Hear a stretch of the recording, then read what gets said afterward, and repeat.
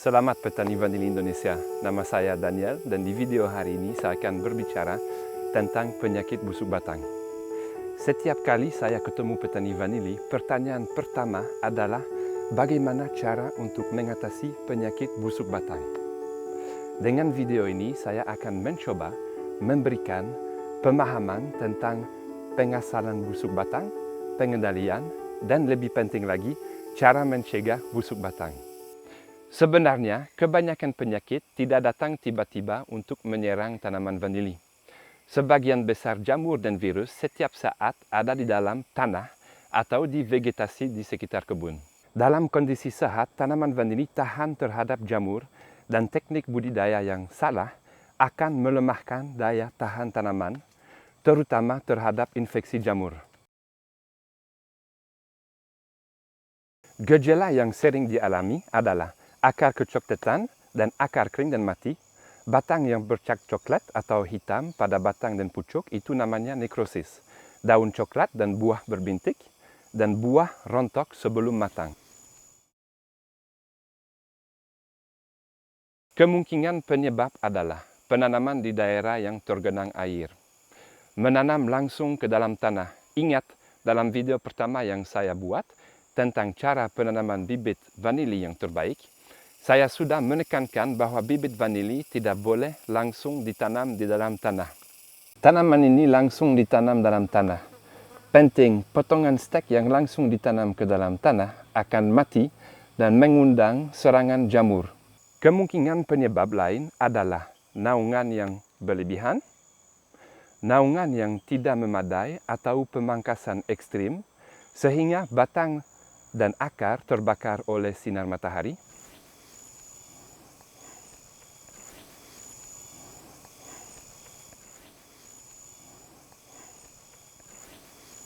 Jadi ini dilakukan pemangkasan ekstrim, semua cabang dipotong dalam satu kali. Seharusnya kita memotong cabang secara bergilir biar tidak terlalu stres dan dibakar sinar matahari. Tidak ada penutup mulsa, pemutaran sulur tanpa penutupan mulsa.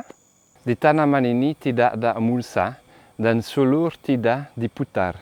Tanaman ini tidak memiliki akar di tanah untuk memberi nutrisi pada tanaman. Hanya sedikit akar udara yang membuat tanaman dapat bertahan hidup. Tanaman ini memiliki sedikit mulsa yang melindungi akar utama, tetapi tanpa pemutaran sulur untuk membentuk akar baru di tanah, tanaman tidak akan mampu menopang pertumbuhan buah. Kalau tanaman ini memiliki sulur melingkar, tetapi di bawah sulurnya tidak sampai mulsa dan juga tidak ada mulsa.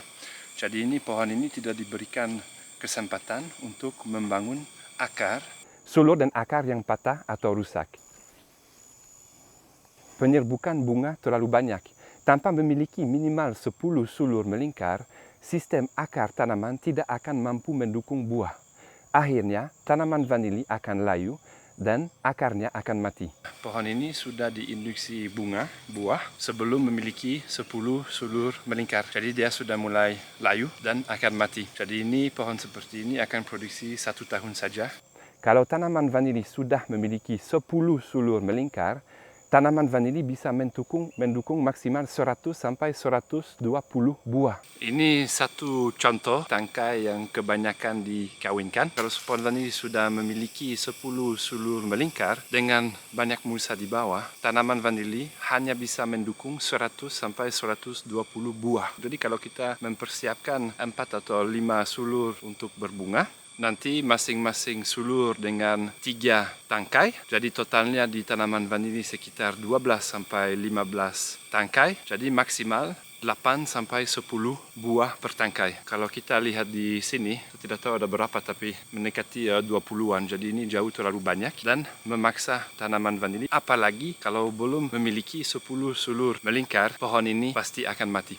Tanaman dengan banyak pemutaran sulur dan tertutup mulsa akan menumbuhkan akar baru dan menjadi lebih kuat selama 10 sampai 15 tahun. Hanya tanaman dengan banyak akar menghasilkan buah yang kuat dan sehat.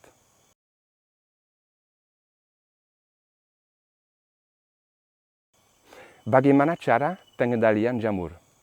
Untuk tanaman yang rusak parah, kami sarankan buang semua tanaman yang rusak parah bersama dengan akar dan mulsa, lalu bakar.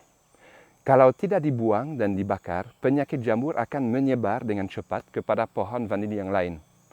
Menurut saya lebih baik korbankan satu pohon vanili untuk selamatkan semua pohon yang lain. Kalau pohon vanili sudah busuk batang parah seperti ini, kami sarankan dicabut dengan akar, mulsa, dan dibakar. Kalau tidak nanti yang lain di samping-samping akan kena juga.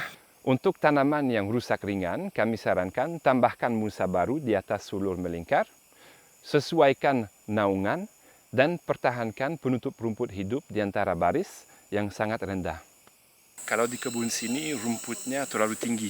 Memang petani suka tinggalkan rumput tinggi karena kelembaban tinggi. Tapi masalahnya dengan rumput nanti ada hama yang merusak tanaman, buah vanili. Yang kami sarankan, rumput kita pastikan bahwa dia selalu pendek.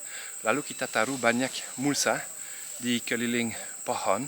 Dan itu nanti akan menahan kelembaban dan juga memberikan nutrisi yang cukup ke pohon vanili. Bagaimana cara mencegah jamur? Menurut saya, lebih penting kita mencegah daripada kita mengobati.